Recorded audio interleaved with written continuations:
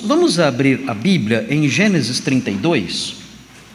Gênesis 32, nós estamos vendo as medidas que Jacó tomou em face do perigo que representava o encontro iminente com seu irmão Esaú no retorno de Jacó de Padã-Arã para Canaã.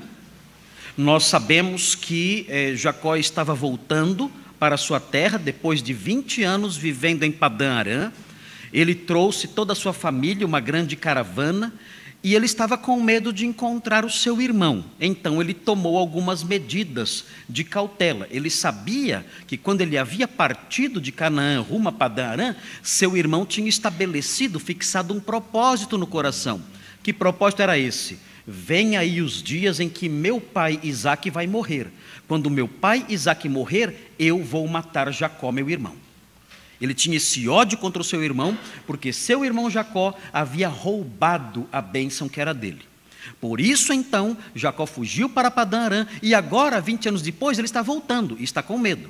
Então ele tomou algumas medidas de proteção, e uma delas que estamos estudando foi a oração. Ele fez uma oração, e estamos estudando essa oração em Gênesis 32, é muito instrutiva essa oração. Nós vimos, enquanto estudamos essa oração, nós vimos algumas características dessa oração. Nós apontamos que essa oração envolvia a lembrança de quem Deus é. Nós vimos isso. Estudamos um sermão reservado só para esse item. O versículo 9 fala isso. Jacó orando, lembrando quem Deus é. Então foi muito lindo aprender a teologia da oração de Jacó. Ele fala quem Deus é. Ele anuncia aí atributos de Deus, nomes de Deus, o Deus de Abraão, o Deus de meu pai Isaque, o Senhor Yahweh. Nós lembramos dessas coisas todas e aprendemos isso.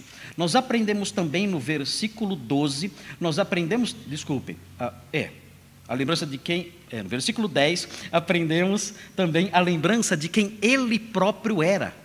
Nós aprendemos isso também, ele falando, eu sou indigno das bênçãos que o Senhor tem me dado. E aprendemos sobre isso, a visão da pessoa que ora, a visão que ela deve ter de si mesma. Na semana passada, nós estudamos o versículo 11, que mostra, na oração dele, a lembrança da gravidade da situação. A sua súplica descrevendo o perigo que estava diante dele. E hoje nós vamos ver o último item dessa oração no versículo 12. O versículo 12 fala sobre a lembrança da promessa pactual.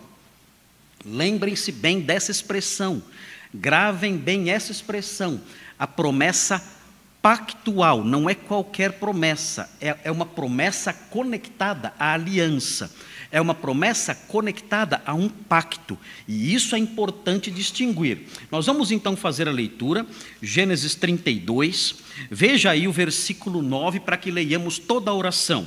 Diz assim: e orou Jacó, Deus de meu pai Abraão e Deus de meu pai Isaque, ó Senhor, que me disseste, torna a tua terra e a tua parentela, e te farei bem. Sou indigno de todas as misericórdias e de toda a fidelidade que tens usado para com teu servo, pois com apenas o meu cajado atravessei este Jordão, já agora sou 2 bandos. Livra-me das mãos de meu irmão Esaú, porque eu o temo, para que não venha ele matar-me, e as mães com os filhos. E disseste, certamente eu te farei bem, e dar-te-ei a descendência como a areia do mar, que pela multidão não se pode contar. Então aqui no versículo 12 temos isso, a lembrança da promessa pactual de Deus. Vamos observar esse versículo com mais detimento, com mais atenção. Vejam como começa o versículo. Jacó, olhando para Deus, orando a Deus, ele diz, e disseste. Isso é muito importante destacar aqui. Jacó se lembrou, na hora do desespero, de coisas que Deus disse. Quais foram as coisas que Deus disse que Jacó lembrou? Ele se lembrou de promessas. E vamos ver, existem duas promessas aqui. E nós vamos observar essas duas promessas. Mas é importante, desde já, destacar essa realidade. Na hora do desespero, na hora do pânico, quando ele sabia, quando ele via já que estava nas mãos de uma grande fera, como aprendemos na semana passada, percebendo já que ele estava na boca de um leão, já na iminência de ser destruído, próximo ali de seu irmão, que estava vindo ao seu encontro com 400 homens armados, diante disso tudo, ele se lembra do que Deus disse, e é muito importante isso num momento de súplica desesperada. Por quê? Porque isso apazigua o coração, lembrar do que Deus falou. É interessante, os irmãos devem se lembrar do Salmo 19, eu mencionei o Salmo 19 hoje. Eu estou com o Salmo 19 na minha cabeça, já há algumas semanas, e tenho refletido sobre ele, porque eu faço devocionais no Instagram, nas quartas de manhã, às 7 horas da manhã, e eu tenho estudado com os irmãos que participam da devocional, são cerca de 80 a 100 pessoas, mais ou menos, 80 a 100 pessoas, às vezes mais, às vezes menos, e esses irmãos participam lá, e eu tenho estudado o Salmo 19 com esses irmãos nas quartas, às 7 horas da manhã, ali pelo Instagram. E é interessante o Salmo 19, porque o Salmo 19, como eu disse hoje pela manhã, ele fala sobre a revelação de Deus na natureza, e fala também sobre a revelação de Deus na sua palavra. E vejam o que ele diz, o Salmo 19, nos versículos 7 e 8. Vejam o valor da palavra de Deus aqui descrito nesse salmo. Diz assim: a lei do Senhor é perfeita, versículo 7. A lei do Senhor é perfeita. E vejam, ela restaura a alma. Isso nenhum pastor consegue fazer com seus conselhos, a não ser que ele tenha a palavra de Deus em punho. Ninguém consegue restaurar almas. Nenhum psicólogo pode fazer isso. Não estou desmerecendo a profissão, mas isso está além da possibilidade de alguém realizar. Nenhum pastor pode fazer isso. Nenhum conselheiro pode fazer isso. Nós não temos palavras no nosso vocabulário, nós não temos palavras que têm esse poder de restaurar a alma de alguém. Mas aqui nós aprendemos que a lei do Senhor é perfeita e ela restaura a alma ferida, a alma quebrada, ela restaura. Vejam a sequência: o testemunho do Senhor, é uma outra alusão à sua palavra, é fiel e dá sabedoria aos simples. Simples aqui não são pessoas humildes que trabalham na roça com uma enxada na mão, não é isso. Simples aqui são pessoas que não têm conhecimento, são pessoas, no sentido mais cru da palavra, são pessoas tolas, pessoas que não têm conhecimento, pessoas que não têm sabedoria. O texto diz que o testemunho do Senhor dá sabedoria a essas pessoas que não têm sabedoria, que não têm entendimento, pessoas tolas, pessoas ignorantes. O texto aqui diz que a palavra de Deus dá sabedoria a essas pessoas. Versículo 8: os preceitos do Senhor são retos, e vejam, e alegram o coração. Há uma dinâmica nesses versículos em que o texto aponta uma qualidade da palavra e o seu efeito em nossas vidas. Aqui no versículo 8, os preceitos do Senhor são retos, ou seja, são justos, e eles alegram o coração. É uma fonte de alegria a palavra de Deus. E na sequência, o mandamento do Senhor é puro, mais uma qualidade da palavra de Deus, e mais um efeito: e ilumina os olhos. A pessoa está na escuridão, não sabe que direção tomar, a palavra de Deus ilumina os seus olhos, e ela então sabe que rumo tomar, como caminhar. Então, nós temos na palavra de Deus um remédio para o coração e uma luz para o nosso caminho. E isso é muito importante. Jacó, em meio ao seu desespero, Jacó, em meio à sua súplica agoniante, ele se lembra do que Deus disse.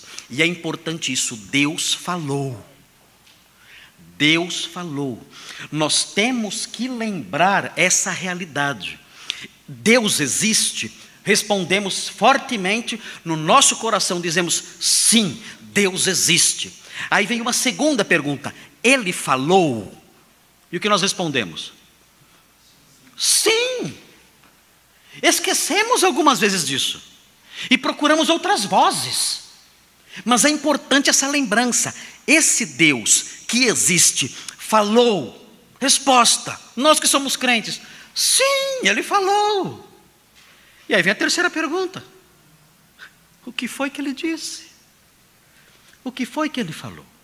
E é importante que saibamos o que foi que Ele falou, o que foi que Ele disse, porque o que Ele disse ilumina os nossos olhos, dá sabedoria aos ignorantes, conforta o coração quebrado, concede alegria ao homem entristecido e enche de esperança aquele que suplica, horrorizado, assustado e com medo.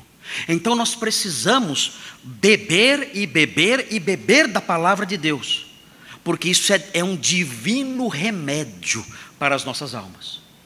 E Jacó se lembrou então. Jacó se lembrou do que Deus disse, e isso o encorajou na sua súplica, e isso lhe deu vigor para prosseguir. Ele recordou o que Deus disse. O texto diz: e disseste. E ele então enuncia o que Deus disse. E vejam o que Deus disse. O texto diz assim: certamente eu te farei bem. Notem bem, existe aqui uma promessa, que é uma promessa particular. É uma promessa que Deus fez especificamente para Jacó. E é importante fazer essa distinção desde já. Na sequência do versículo, se os irmãos olharem com atenção, verão que existe uma outra promessa, que não é uma promessa particular pertencente só a Jacó, pertencente especificamente a Jacó. É uma promessa pactual. É uma promessa que Deus fez, e vamos olhar daqui a pouquinho melhor para ela. É uma promessa que Deus fez em meio a uma aliança. Então existem aqui duas promessas. Uma é particular. Deus deu a ele essa promessa. Uma promessa específica, direcionada exclusivamente a ele. Uma promessa individual. Essa promessa não é para você. Não é para você essa promessa.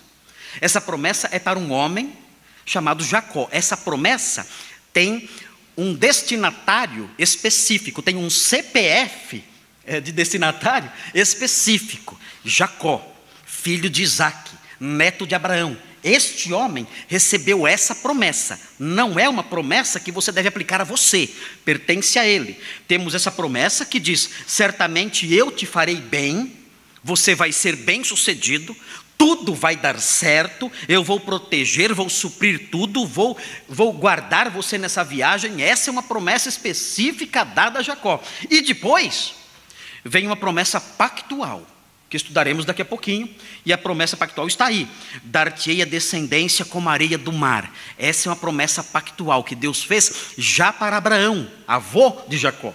Depois repetiu para Isaque, veremos isso também, e agora repete para ele. Essa promessa pactual é diferente da primeira. Então notem, é importante fazer essa distinção. Por quê? Porque muita gente acredita que recebeu promessas particulares de Deus. É terrível isso.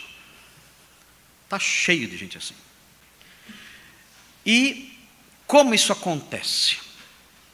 A pessoa acredita que Deus queria fazer uma promessa para ela, particular. Então Deus começou a dar algumas dicas. Um versículo ali. Opa, acho que Deus está querendo me dizer alguma coisa. Outro versículo ali. Opa. E ele vai montando, vai fazendo uma montagem. E aí ele conclui: Deus está me prometendo algo. E aí no dia seguinte, eu tenho uma promessa. Deus me prometeu alguma coisa. E Deus não prometeu nada. Ele fez uma montagem. Ele pegou versículos ali esparsos, que coincidentemente apareceram na frente dele. Ele ouviu um versículo ali, leu outro versículo aqui, juntou tudo, montou uma promessa, e acredita que aquilo é para ele. Eu me lembro que, quando eu era jovem ainda, eu vi lá no seminário falar de uma moça, e eu contei essa história há bastante tempo aqui para vocês, os mais recentes não conhecem essa história. Mas havia uma moça no seminário Palavra da Vida, onde eu estudei. Essa moça, ela namorava um moço, ela era uma moça apaixonada por ele, gostava muito do moço, mas o moço durante algum tempo namorou com a moça, mas depois viu que não era isso que ele queria, ele desmanchou o namoro com ela. Então foi uma tragédia, né? Meu mundo caiu, né? Acabou.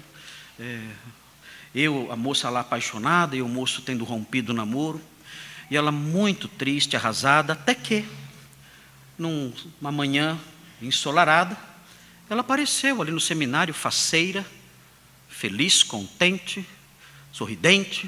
O que aconteceu? Parece que você rejuvenesceu, toda feliz. Ela disse, é que Deus prometeu que Ele vai voltar. Ah, é? Deus me deu a promessa. Não brinca. Como? Ele me deu a promessa pela palavra. Pela palavra. Mas como foi isso? Como foi que Ele fez essa promessa individual para você? E ela então disse, olha, eu estava lendo a Bíblia e vejam a promessa que Ele me deu. E ela mostrou Filemão. Quem faz devocional em Filemão?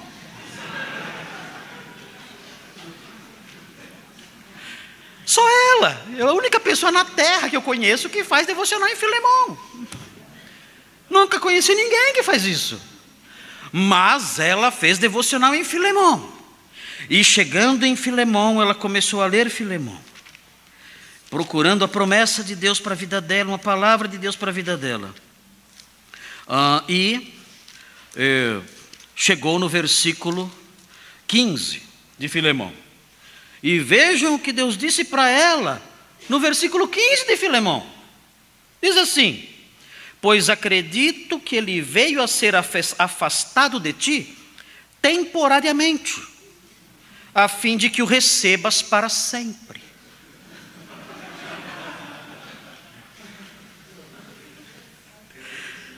Promessa de Deus para mim. Ele vai voltar e nós vamos nos casar e ficaremos juntos para sempre. E as pessoas disseram, não, você tirou o versículo do seu ambiente. Isso aqui é o apóstolo Paulo falando sobre um escravo. Isso não se aplica ao seu namorado. Isso não se aplica à sua situação. Mas ela se apropriou disso como se fosse uma promessa. Eu, se eu estivesse lá, eu diria, mas olha, leia o versículo 16. Porque fala, não como escravo. Não como escravo, mas como irmão caríssimo. Então não é como namorado, não, muito menos como marido escravo. Mas enfim, ela imaginou essas coisas, se apropriou dessa promessa e passou a celebrar feliz, aguardando que ele voltasse e voltasse para sempre. E as pessoas fazem isso. As pessoas criam, elas montam, fazem montagens, ali usando a sua criatividade, usando a sua imaginação. Um versículo daqui, outro dali, uma pregação lá, outra colar, e vão montando essas coisas, e na cabeça delas, elas vão montando promessas que elas querem que existam, promessas imaginárias, promessas particulares, individuais, que elas querem que existam, e então elas creem nessas promessas, e passam a agir de conformidade com essas crenças. Isso está errado. Jacó não fez isso. Jacó não seguiu orando a Deus e apresentando a Deus e se animando e se sentindo encorajado com base em promessas particulares imaginárias. Não, existiam promessas reais que ele tinha ouvido da boca de Deus, dirigidas específica e inequivocamente a ele e a ele só. Nós temos que tomar cuidado com essas coisas. Essa é uma prática muito comum.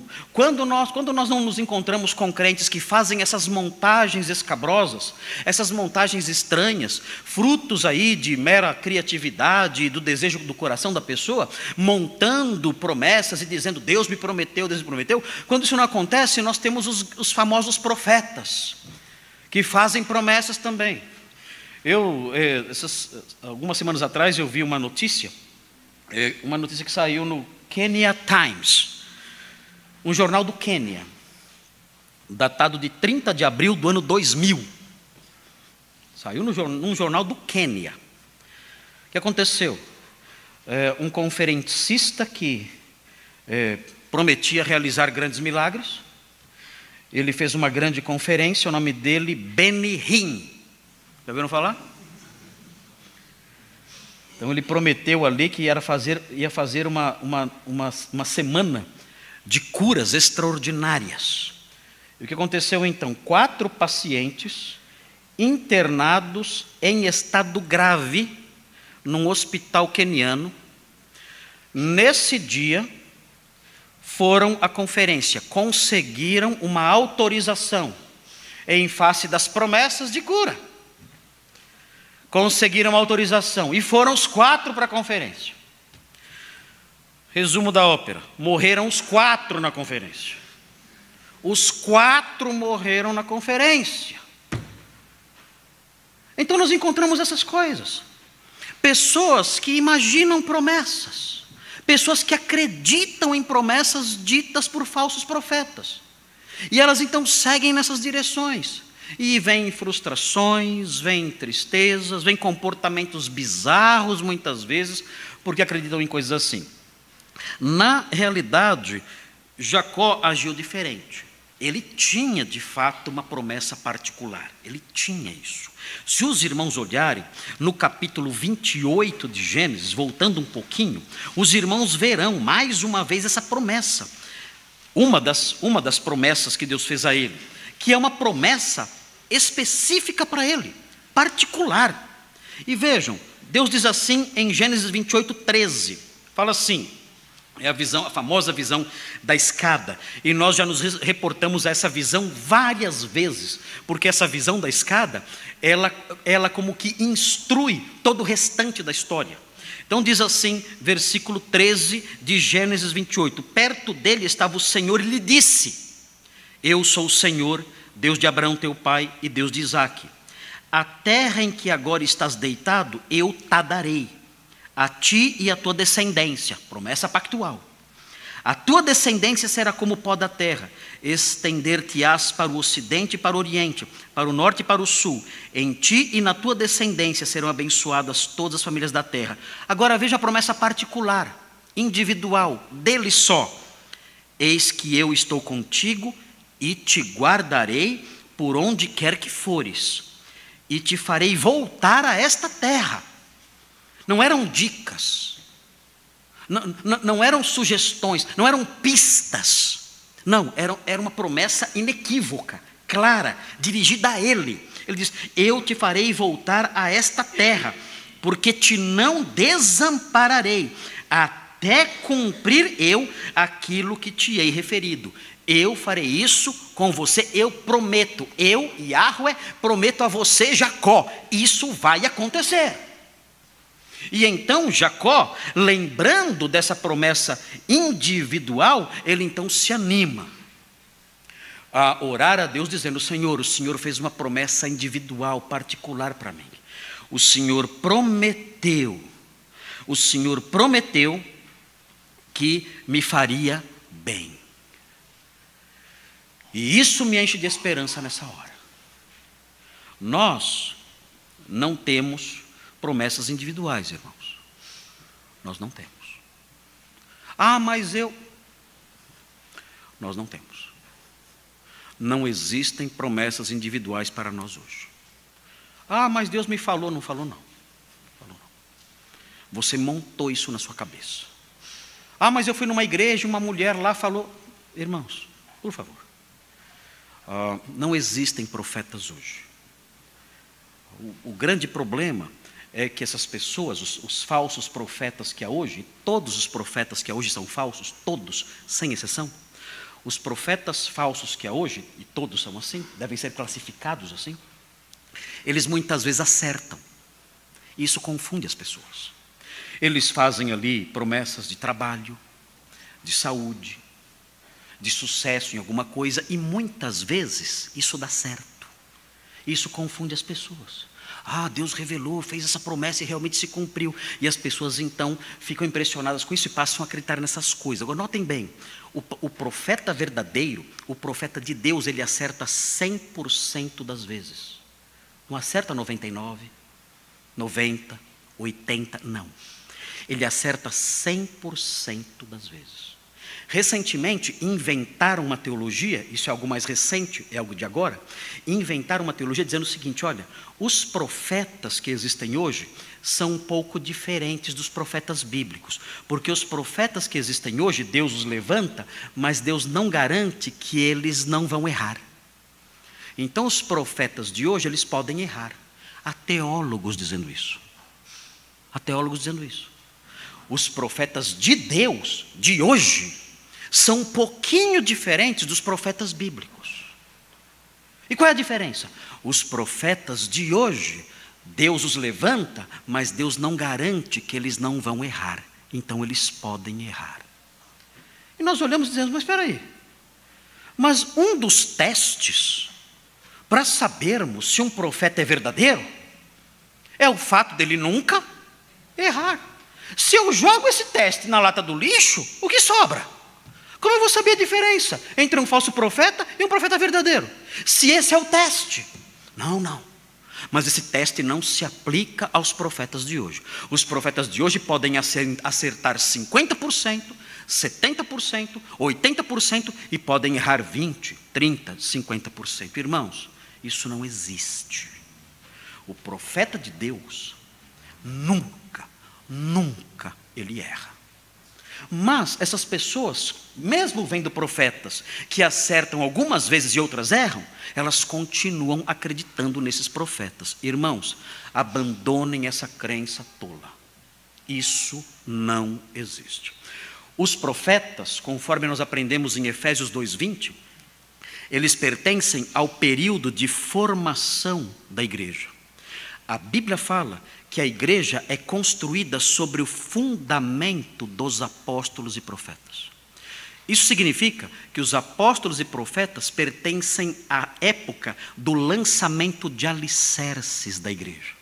Por isso Paulo diz que a igreja é construída sobre o fundamento de apóstolos e profetas. Durante o primeiro século, Deus estava lançando as bases da sua igreja, as bases doutrinárias da sua igreja, através das revelações que eram dadas no Novo Testamento, pela mensagem dos apóstolos, as bases éticas da igreja, o que é certo, o que é errado, como o cristão deve viver, eram as bases éticas da igreja, as bases organizacionais da igreja, como uma igreja deve ser organizada, como ela deve funcionar, as bases estruturais de uma igreja.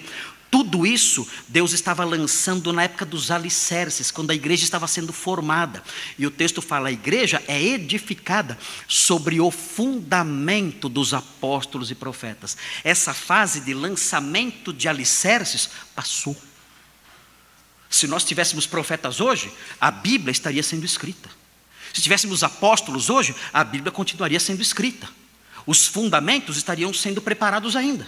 Nós estaríamos ainda na fase inicial da construção. Mas não estamos mais na fase inicial da construção.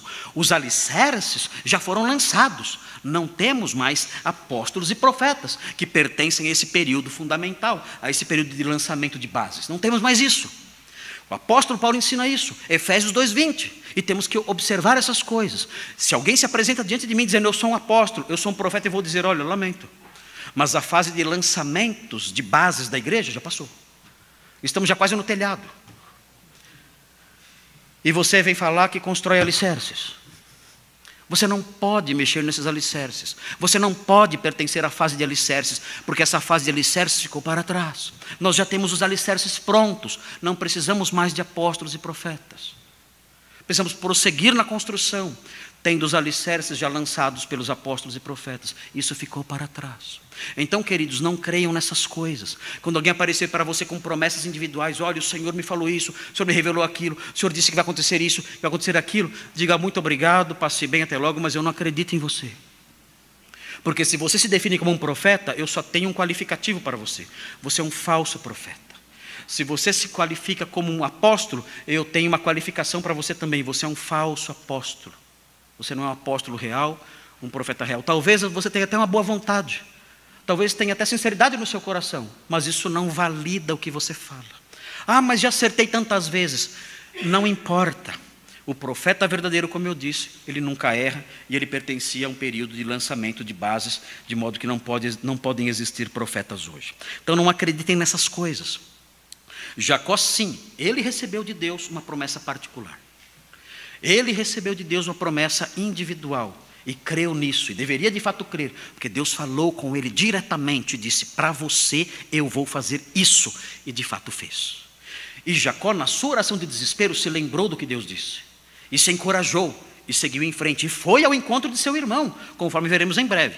Em breve nós vamos nos deparar com um dos momentos mais emocionantes da Bíblia. Quem não chorar, vai ser excluído da igreja. É um dos momentos mais tocantes da história do Antigo Testamento. Quando eu leio o encontro deles dois, irmãos, eu confesso, eu tenho que ler sozinho. A minha esposa não pode estar perto, porque eu tenho que mostrar que eu sou machão. Então minha esposa não pode estar perto, porque quando eu leio aquelas coisas, eu fico tão emocionado, quando eu vejo os dois irmãos se encontrando. Eu não vou dar spoiler, os irmãos leiam em casa depois. Mas é lindo demais aquilo. A restauração é maravilhoso. E vamos chegar nesse momento. Deus honrou sua palavra. Ele fez uma promessa e cumpriu sua promessa individual. Ele cumpriu a promessa individual. Como não poderia ser diferente?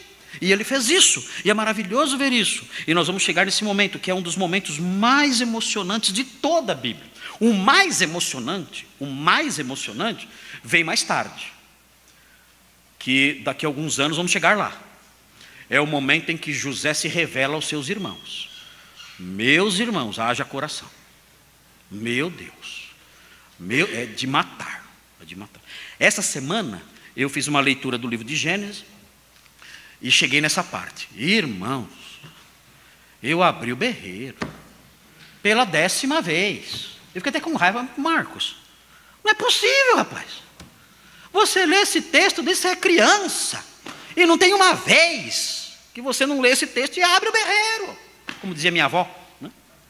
E chora. Irmãos, é muito forte. É muito forte. É lindo demais. E essas coisas vamos aprender aí num futuro breve. Mas estamos muito próximos desse momento muito emocionante, que, a meu ver, é o segundo momento mais emocionante do Antigo Testamento, que é o encontro de Jacó com o seu irmão Esaú. É muito lindo o momento. Muito lindo. Eu sei que eu não vou, que na hora que eu for pregar sobre isso, eu não vou fazer jus à grandeza do momento. Eu não vou conseguir fazer jus à grandeza desse momento. Mas irmãos sentirão, verão, que momento lindo esse em que os dois se encontram. É muito lindo ver isso, porque agora estamos em suspense aqui. Estamos aqui vendo um homem apavorado. Eu vou encontrar com o meu irmão. E o meu irmão está vindo na minha direção com 400 guerreiros. Qual a intenção dele? O que ele quer com isso? Ele não vai me dar nenhum presente. 400 guerreiros, o que ele quer? Evidentemente, ele vai fazer um massacre. Ele vai matar, não só a mim, mas as minhas mulheres e os meus filhos todos. É isso que vai acontecer, eu sei. Ele dividiu a sua caravana em 2 partes, pensando a primeira caravana sendo atacada, a segunda pode fugir, mas ele sabia que essa medida era uma medida praticamente inócua. Que 400 guerreiros perseguindo mulheres, crianças e ovelhas, meu Deus, eles as alcançariam muito facilmente, muito rapidamente, matariam todos. E Jacó sabe disso. Ele sabe que está nas garras do urso, nos dentes do leão. E ele ora dizendo essas coisas. E ele então segue em frente, crendo nessas promessas, nessa promessa individual. E ele prossegue. Vejam, ele chega agora numa outra promessa, num outro tipo de promessa. Agora a promessa que ele menciona é uma promessa pactual. É uma promessa ligada a uma aliança que Deus fez com Abraão. Isso não é a promessa individual. É a promessa que ele já tinha feito a Abraão. É uma promessa que ele fez a Isaac e ele repetiu para Jacó. Jacó é um herdeiro dessa promessa. Então vejam, o texto diz assim no versículo 12: e dar-te-ei a descendência como a areia do mar, que pela multidão não se pode contar. Essa promessa não é particular. Essa é a promessa pactual. Volte às páginas da Bíblia, veja essa mesma promessa no capítulo 15. A promessa pactual de Deus. A isso os irmãos devem se apegar. Promessa pactual, a promessa da aliança. A isso os irmãos devem se apegar de todo o coração, porque as promessas pactuais são consolatórias.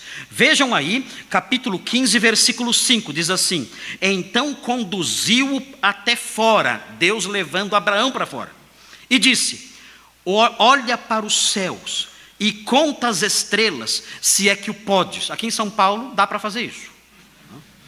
Agora, imaginem isso no céu da Palestina, milhares de anos atrás. Impossível contar as estrelas, impossível. Conta as estrelas, se é que o podes. Ele disse: será assim a tua posteridade. Deus fez um pacto com Abraão naquela noite. E ele prometeu isso, uma descendência numerosa. E não somente uma descendência numerosa. Prometeu que por meio dessa descendência, todas as famílias da terra seriam abençoadas. E ele reproduz isso novamente no capítulo 26. Virem as páginas da Bíblia. Capítulo 26, ele falando com Isaac. Capítulo 26 tem aí a história de Isaac. Vejam 26, versículo 4. Vejam o que diz, 26, 4. Multiplicarei, Isaac, a tua descendência, ele diz, como as estrelas dos céus, e lhe darei todas estas terras, ele diz. É a promessa de Abraão sendo transmitida para Isaac e seu filho. E ele prossegue: na tua descendência serão abençoadas todas as nações da terra. Mais uma vez essa promessa, feita a Abraão, agora a Isaac. E Jacó em Betel ouviu a mesma promessa. Era a promessa da aliança, era a promessa do pacto. E notem bem, é importante não perder de vista que essa promessa é um prenúncio do Evangelho. Como as famílias da terra seriam abençoadas? Por meio da descendência de Abraão, Isaac e Jacó. Elas seriam abençoadas por meio do Evangelho. Um descendente de Abraão, Isaac e Jacó seria o Cristo. Vejam Gálatas 3:8. Gálatas 3:8 fala que essa promessa que Deus fez a Abraão, que Deus repetiu a Isaac, que Deus repetiu a Jacó, essa promessa era uma promessa relacionada ao Evangelho. Gálatas 3, versículo 8. Os irmãos devem saber, conhecer essas conexões. A história de Abraão, de Isaac e de Jacó é a história do Evangelho. A história de Abraão, Isaac e Jacó é a história de como Deus arquitetou o Evangelho e o revelou aos poucos. Vejam Gálatas 3:8, diz assim: ora, tendo a Escritura previsto que Deus justificaria pela fé os gentios, isso pela fé em Cristo, pré-anunciou o Evangelho a Abraão. Como ele fez isso? Como Deus pré-anunciou o Evangelho a Abraão? Muito simples. Ele disse: em ti serão abençoados todos os povos. Nessa promessa pactual, lá de Gênesis 15, lá de Gênesis 26, lá de Gênesis 28, que Jacó repete agora em 32, nessa promessa pactual estava embutido o Evangelho. Então é isso que nós temos aqui. Nós temos aqui uma promessa pactual. E nesse aspecto, nisto sim, nós podemos nos estribar. Nós não temos promessas individuais, a não ser aquelas que você imaginou. E que você deve abrir mão delas, porque nenhuma delas é real. É fruto da sua imaginação ou da imaginação de uma outra pessoa qualquer. Isso não existe. Não se estribe nisso, não faça montagens de versículos, pegando um aqui, outro lá. Não faça como a moça que recebeu a promessa lá imaginária de reatar o seu namoro. Deve ter morrido solteira essa moça. Enfim, não acredite nessas montagens. Não acredite nessas criações. Não acredite nessas arquiteturas todas. Nada disso corresponde ao modo como Deus fala. Deus não faz promessas por meio de pistas. Deus não faz promessas por meio de dicas. Deus não faz charadas. Deus não joga charadas para você desvendar. Ele não faz isso. Ele promete, e quando promete, ele promete de modo inequívoco, claro, aberto. Ele não brinca conosco, não joga charadas para nós desvendarmos, ele não faz assim. Nós não vemos promessas assim na Bíblia. Promessas que são charadas, promessas que são montagens, promessas que você tem que perseguir e construir. Não, as suas promessas são claras, inequívocas, diretas, transparentes. Nós podemos entendê-las abertamente, claramente. E a promessa pactual é assim também. Nós temos promessas individuais? Não. Existe uma promessa para o pastor Marcos, específica para ele? Não. Existe uma promessa específica, individual, particular, para cada um de vocês aqui? Não. Não existe. Não caia nessas invenções. Mas mudando a pergunta, aqui o texto fala de uma promessa particular e o texto fala de promessa pactual. Aí a pergunta muda. Temos promessas pactuais? Oh, sim. E é nisso que temos que nos estribar. Nós entramos num pacto um dia. O dia em que nós olhamos para o Salvador, pendendo naquele madeiro, o dia em que nós olhamos para o Salvador naquela cruz sangrenta, cruel, torturante, em meio a dores lancinantes, padecendo por causa dos nossos pecados, nesse dia em que vimos o sangue da nova aliança sendo derramado, e o nosso coração foi transformado pela fé nele, nós nos dirigimos a ele e cremos nele, crendo no seu sacrifício como um sacrifício substitutivo, salvador, que beneficia todo aquele que crê. No dia em que isso aconteceu, nós nos convertemos, crendo nele como nosso Redentor. No dia em que isso aconteceu, nós entramos para a nova aliança. É a nova aliança consolidada por meio do sangue que ele derramou. É a nova aliança selada, consolidada, confirmada pelo sangue da cruz. É a aliança do Calvário, é a aliança da cruz. Nós cremos nele, naquele dia. O Espírito Santo, glorioso, poderoso, conselheiro, guia, falou ao nosso coração. Ele nos convenceu. Nosso coração era de pedra. Era um granito seco, sem nenhuma rachadura, sólido. Mas o Espírito Santo, com o seu chamado doce, quebrou o nosso coração de pedra. Ele rompeu nossa surdez. Ele afugentou nossa cegueira. E quebrou o nosso coração de granito. E nós ouvimos a doce voz do Salvador, que da cruz dizia: vem, eu perdoo. Vem, eu salvo. Vem, eu transformo. Vem para uma aliança comigo. Sente-se à mesa comigo. Venha cear comigo. Venha comer do meu pão. Venha beber do meu cálice. Venha fazer uma aliança comigo. Creia em mim e viva. E quando ouvimos essa voz, meu Deus, quando ouvimos essa voz, nós derretemos por dentro. Nós fomos devastados por dentro. Sua voz entrou em nós. Sua luz raiou em nós. O seu calor nos aqueceu por dentro. E nós cremos nele. E nunca mais fomos os mesmos. Entramos então nessa aliança gloriosa, a aliança do sangue de Deus, a aliança da cruz, a aliança do Calvário. E com essa aliança recebemos várias promessas. Essas promessas sim, nos momentos de desespero, nos momentos em que sentimos os dentes dos leões nos apertando, nos momentos em que sentimos as garras do urso a nos estraçalhar, nesses momentos nós podemos nos lembrar, como Jacó, dessas promessas, as promessas pactuais de Deus. Essas promessas pactuais envolvem coisas futuras. E quando pensamos nas promessas pactuais de Deus, que envolvem coisas futuras, nós ficamos perplexos. Meu Deus! Que maravilhas são essas? Nós não podemos imaginar. O Senhor Jesus, para resumir a história, diz o seguinte: olha, naquele dia, a alegria de vocês será tanta, tanta, tanta, que ninguém poderá tirar. Naquele dia, vocês vão experimentar uma alegria que vocês nunca conheceram. O Senhor Jesus resumiu assim a felicidade que nos aguarda no futuro.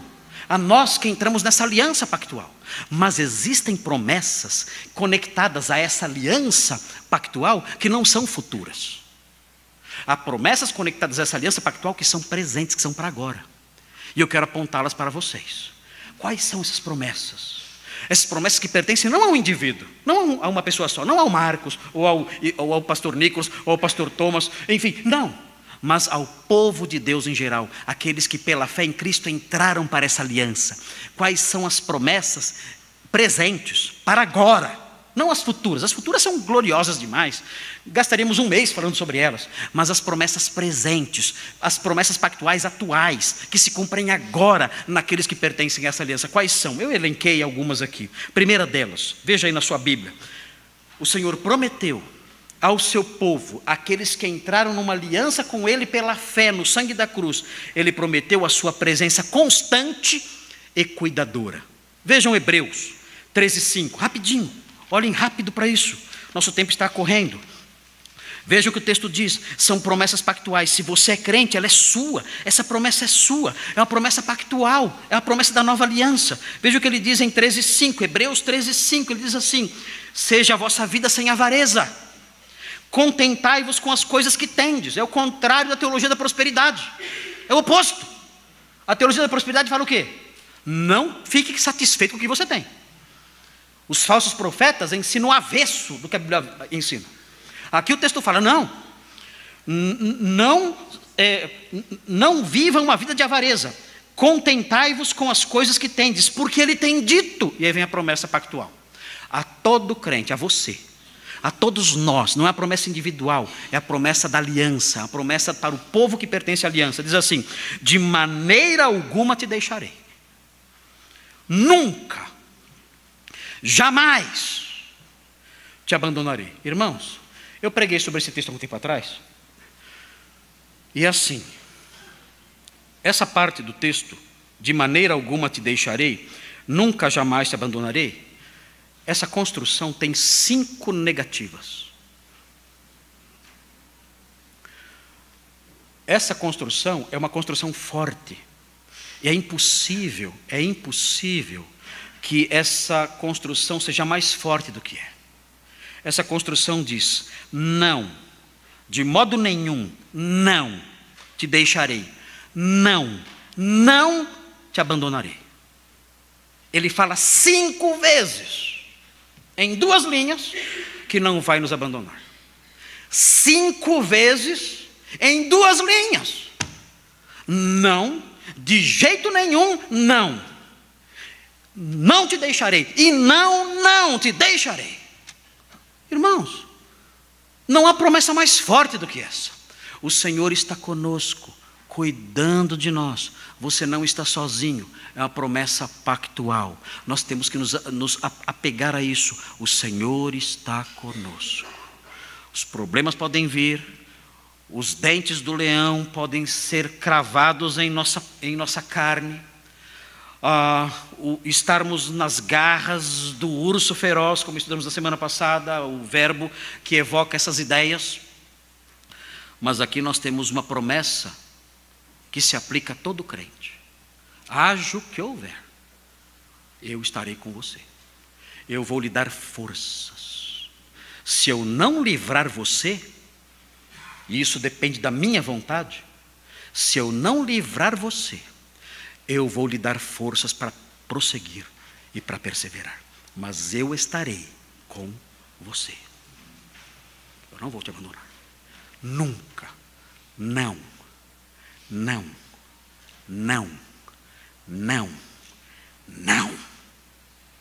Podemos confiar nessa promessa forte. Essa promessa Ele nos fez, e podemos prosseguir, podemos orar lembrando essas promessas. São promessas pactuais. Vejam outra promessa. Outra promessa se encontra em 2 Coríntios 7:1. Vejam 2 Coríntios 7:1, outra promessa pactual. São as promessas que eu fui recordando enquanto estudava essas coisas. Enquanto estudava essas coisas, eu comecei a me lembrar de algumas promessas pactuais, que se aplicam a todos nós.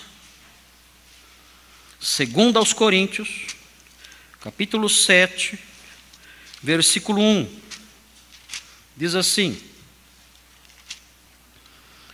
tendo, pois, ó amados, tais promessas.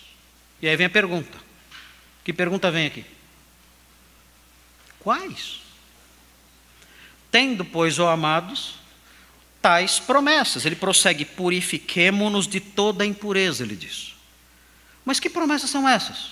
Muito fácil. Como nós podemos descobrir quais são? Simples. É só você ler o versículo 17 e o 18. E vejam o que diz o versículo 17 e o 18. Fala assim: retirai-vos do meio deles. Não se associem com pessoas sujas. Não se associem com pessoas sujas. Nós não podemos, não há como nós vivermos numa redoma. Não podemos mudar para uma montanha e ficar ali isolados do mundo. Mas nós podemos evitar um envolvimento perigoso e maior. Um envolvimento maior pode nos contaminar. Um envolvimento maior pode nos corromper.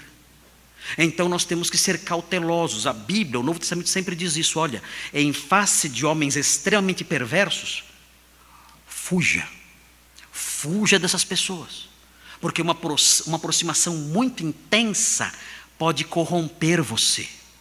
É como se você estivesse amarrado a um cadáver. Na antiguidade existia um rei que fazia isso. Existia um rei na antiguidade que, quando ele lidava com um assassino, ele pegava o assassino e pegava o corpo da vítima do assassino. E ele falava assim: você matou esse homem, não matou? Matei. Agora esse homem vai matar você. Mas como? Ele está morto. Você vai ver. Ele amarrava o corpo do cadáver no assassino. E o corpo do cadáver ia apodrecendo. E a podridão ia passando para o assassino. E o assassino começava a apodrecer vivo. Já imaginou esse estado? Já imaginou a miséria, a desgraça de uma pena como essa? E no final de um processo longo, doloroso, horrível, repugnante, o assassino morria, sendo morto pela sua vítima. Meu Deus! Nós aprendemos então com isso que o contato muito próximo com aquilo que é podre pode nos contaminar. Então o Senhor Deus nos orienta e Ele diz: olha, retirai-vos do meio deles. Ele prossegue no versículo 17, 6:17: separai-vos, diz o Senhor, não toqueis em coisas impuras. E vejam a promessa. O versículo 7:1 fala de promessas. Veja a promessa: eu vos receberei. O que é receber aqui? Receber aqui é o oposto de rejeitar. Rejeitar, no Antigo Testamento, envolve abandonar na miséria, não ouvir as orações, não socorrer a pessoa. Isso é abandonar, isso é rejeitar. Aqui ele diz: olha, se vocês se separarem, se vocês se afastarem de pessoas perversas, não se associarem a essas pessoas, eu prometo, eu vos receberei, eu vou acolhê-los. Vocês vão clamar, eu vou ouvir. Vocês vão precisar de ajuda, eu vou socorrer, eu vou consolar, eu vou cuidar de vocês. Eu prometo a vocês isso. Ele prossegue: serei vosso pai. Eu vou tratar vocês como meus filhos amados. Eu serei vosso pai e vós sereis para mim filhos e filhas, diz o Senhor Todo-Poderoso. E aí vem o 7: tendo, pois, tais promessas. São promessas pactuais. Ele diz: olha, povo meu, povo que entrou numa relação de aliança comigo, se vocês se afastarem, se santificarem, eu darei a vocês um tratamento especial. Eu vou consolá-los, como um pai faz com seus filhos.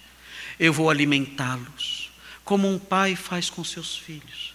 Eu vou guiá-los, como um pai faz com seus filhos. Eu vou hospedá-los. Estarei próximo de vocês, como um pai faz com os seus filhos. Eu prometo isso a todos vocês. Se afastem dos cadáveres apodrecidos, se afastem da carne pútrida do mundo lá fora, e eu prometo, eu vou receber vocês, vou alimentar vocês, vou guiar vocês, vou consolar vocês, vou ensinar vocês, vou proteger vocês, vocês serão meus filhos, e eu vou tratá-los como sendo o seu pai. São promessas gloriosas de Deus, promessas pactuais que Deus dirige ao seu povo. Há uma outra promessa, vejam Efésios 1:13, essa outra promessa é maravilhosa, e o Senhor já cumpriu, nos deu essa promessa, realizou essa promessa em nós, e nós desfrutamos dela já. Efésios 1:13, veja o que diz, Efésios 1:13, diz assim, Efésios 1:13, fala no versículo 12 sobre Cristo, e no 13 diz, em quem também vós, depois que ouvistes a palavra da verdade, que é o evangelho da vossa salvação, tendo nele também crido, e aí vem, fostes selados com o Santo Espírito da promessa. O que é isso? Santo Espírito da promessa. Essa expressão significa o Santo Espírito prometido. Esse é o sentido da expressão Santo Espírito da promessa. É o Santo Espírito prometido. O Senhor prometeu o seu Espírito para aquele que crê nele. E esse Espírito faz o que conosco? Esse Espírito nos sela, ele garante a nossa redenção. Esse Espírito nos preenche, ele faz com que rios de água viva fluam do nosso interior. Esse Espírito nos consola, ele é o Consolador. É assim que ele é chamado no Evangelho de João, ele é o Consolador, e temos essa promessa, todo aquele que crê tem essa promessa em si, a dádiva do Espírito Santo, que garante a nossa redenção, que nos consola, que nos guia, que nos preenche. O coração dos homens é um vasto deserto, o coração dos homens é um cemitério numa noite chuvosa. Dentro de cada homem está instalado um cenário de devastação e desespero dentro dele. Os homens se acostumaram com isso e tentam abrandar um pouco isso por meio das diversões que há lá fora, por meio de vícios, por meio de outras coisas, tentam abrandar um pouco a miséria do seu coração. E são famintos e sedentos. E a grande realidade é essa, há um deserto dentro deles. Há um cemitério, numa noite escura, chuvosa, dentro do coração. E eles sabem disso. Há trevas dentro deles, há escuridão dentro deles, e nada os liberta disso. E então o Senhor Deus promete, aquele que crê em mim, eu darei do meu Espírito. E esse Espírito será como um selo, garantindo a vida eterna, enchendo esse vazio de felicidade, de consolo, de satisfação. Eu vou matar a sede e a fome do coração. Eu vou matar essa sede, vou matar essa fome.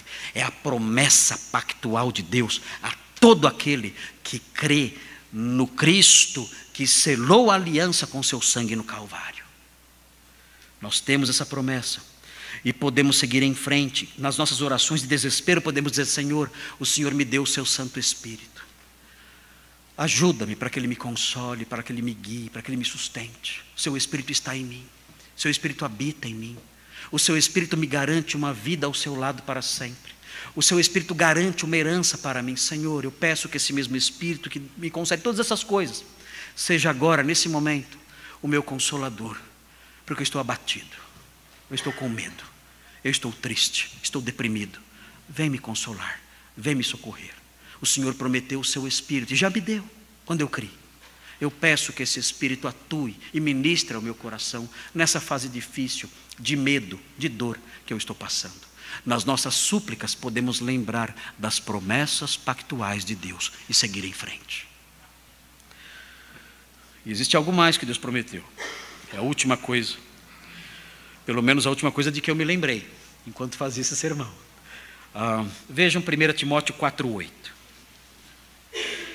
Outra promessa de Deus. Vejam que maravilhoso, porque aqui presente e futuro se encontram nesse versículo. 1 Timóteo 4,8. Presente e futuro se beijam aqui. Se encontram e se beijam aqui. 1 Timóteo 4,8. Fala assim: pois o exercício físico para pouco é proveitoso. Irmãos, isso aqui não tem nada a ver com academia, viu? Eu já cansei de ouvir crente usando isso aqui para falar que não vai na academia por causa disso. Irmãos, isso não tem nada a ver com academia. Na época do apóstolo Paulo, não sei se os irmãos sabem, na época do apóstolo Paulo não tinha academia. Quem treinava na época do apóstolo Paulo eram os gladiadores. Eram jovens de 17. Você entrava para ser um gladiador com 17 anos. E aí você treinava bastante. Mas sua vida acabava com 25. Então essa era a vida de um gladiador. Começava a carreira com 17 e acabava com 25. Era assim. Eram os únicos que treinavam ali. Os soldados também, tudo mais. Mas o povo em geral, especialmente os crentes de Éfeso, não iam na academia, fazer ginástica, puxar ferro, nada disso. Então, esse texto não fala sobre academia. Não fala sobre exercício, sobre caminhada, nada disso. Natação, nada disso. Aqui, exercício físico é rigor ascético. Esse é o sentido da expressão aqui. Rigor ascético. Por quê? Porque as seitas gnósticas ou protognósticas da época exigiam rigor ascético. Você não pode comer isso, não pode comer aquilo. Você não pode ter prazeres físicos, corporais. Você não pode se casar, porque o casamento traz prazeres físicos. Então, o rigor ascético é o que ele fala aqui. Ele diz o seguinte, olha, o rigor ascético, que é traduzido aqui como exercício físico, o tradutor não foi feliz na tradução, ele colocou assim, o exercício físico, na realidade é o rigor ascético, para pouco é proveitoso. Jejuns, certas abstinências, isso tem um valor pequeno. Agora vejam, mas a piedade, o que é piedade? Piedade é reverência. É o homem que olha para as coisas sagradas e responde positivamente a elas. Ele vê a palavra de Deus e ele responde positivamente à palavra de Deus. Ele vê o povo de Deus e ele responde positivamente ao povo de Deus, se relaciona bem com o povo de Deus. Ele olha para Deus e responde positivamente a Deus, tem comunhão com Deus. Isso é piedade. Piedade não é dar esmolas para mendigos na rua. Isso pode ser uma expressão de piedade, mas piedade significa aqui, essa palavra usada aqui, significa reverência, a pessoa que respeita profundamente as coisas de Deus, as coisas sagradas. Então a piedade, esse respeito, essa reverência às coisas de Deus, para tudo é proveitosa. Vejam por quê, na sequência, porque tem a promessa. Que promessa? E ele fala, a promessa da vida. E ele diz agora, algo surpreendente, a promessa da vida que agora é e daqui há de ser. O que ele está dizendo aqui?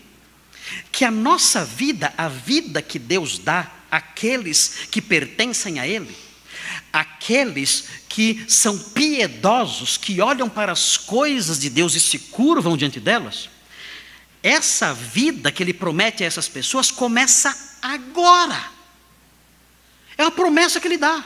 Ele fala, olha, o homem piedoso tem uma promessa. O homem que se curva diante das coisas de Deus reverentemente, ele tem uma promessa de vida. Uma vida que começa agora. Que vida é essa? É uma vida de plenitude, de felicidade, é uma vida abundante, é uma vida livre do domínio do pecado, é uma vida plena. Ele tem isso agora.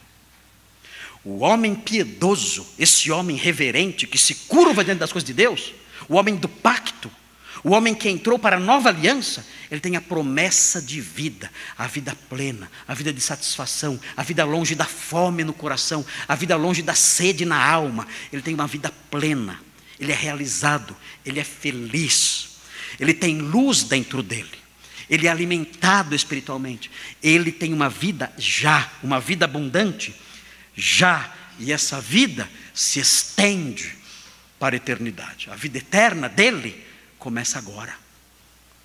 Ele tem essa promessa. Assim, diante dos leões que cravam seus dentes em nós,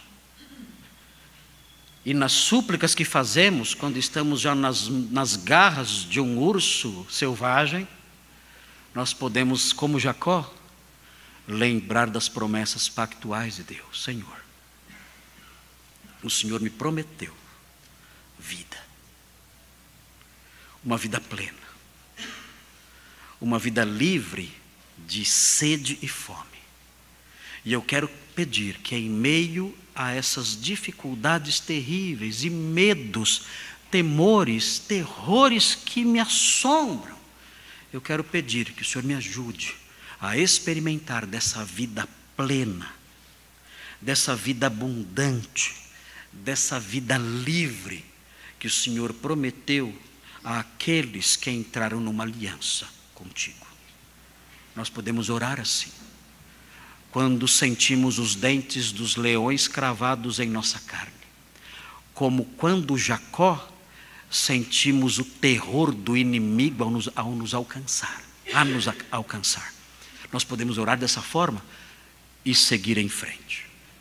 Os crentes não têm promessas particulares, mas eles têm promessas pactuais.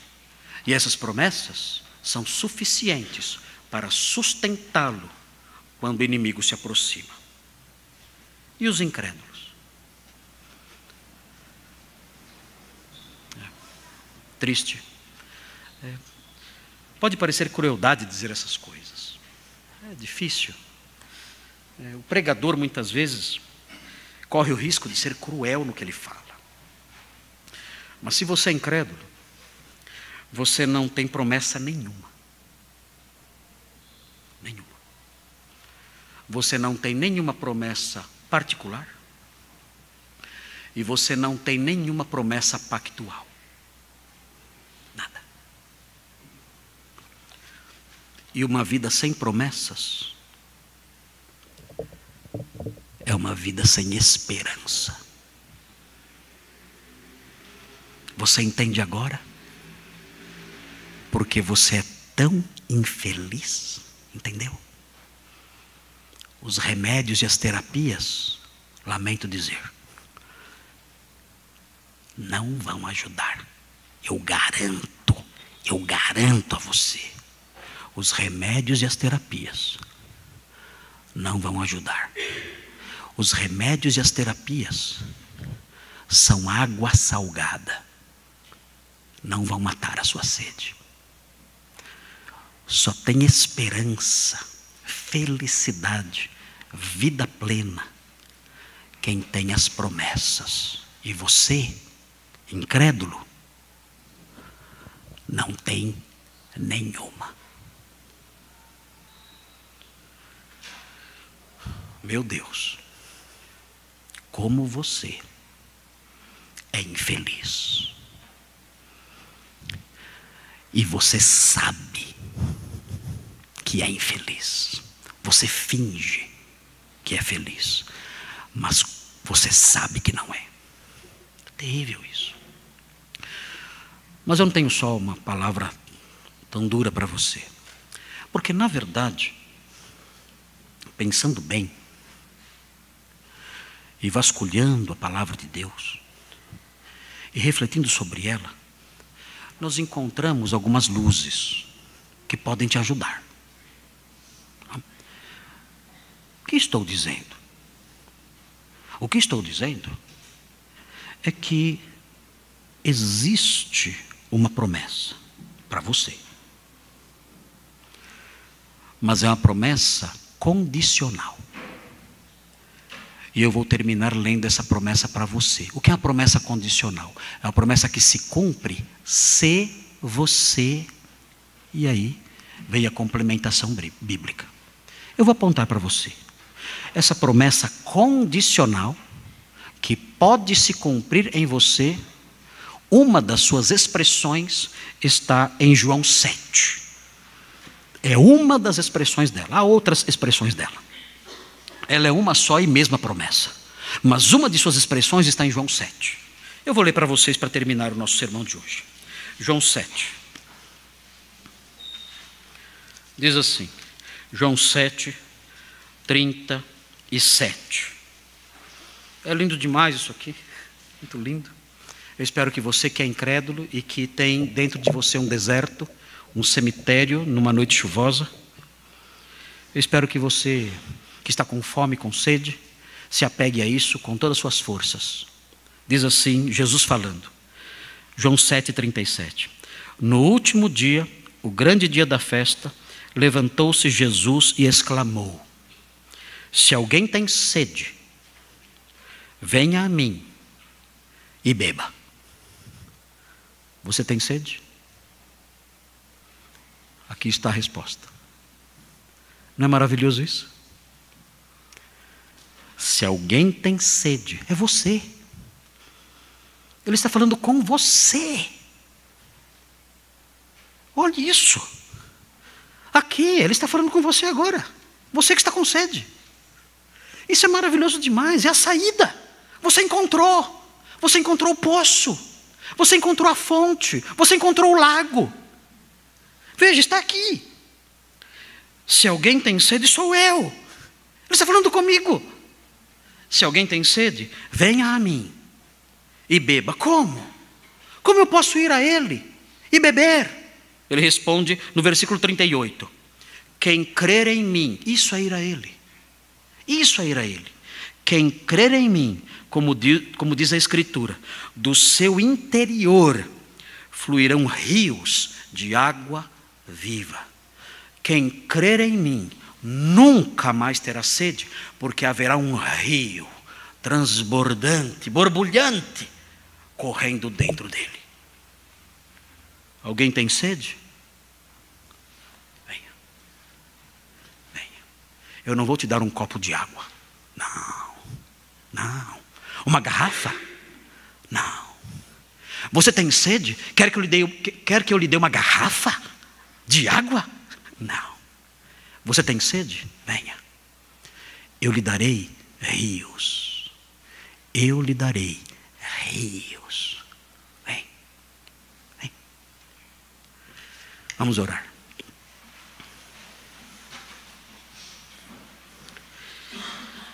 Senhor Deus, tem misericórdia de nós, seu povo. Alimenta-nos, ensina-nos, instrui-nos.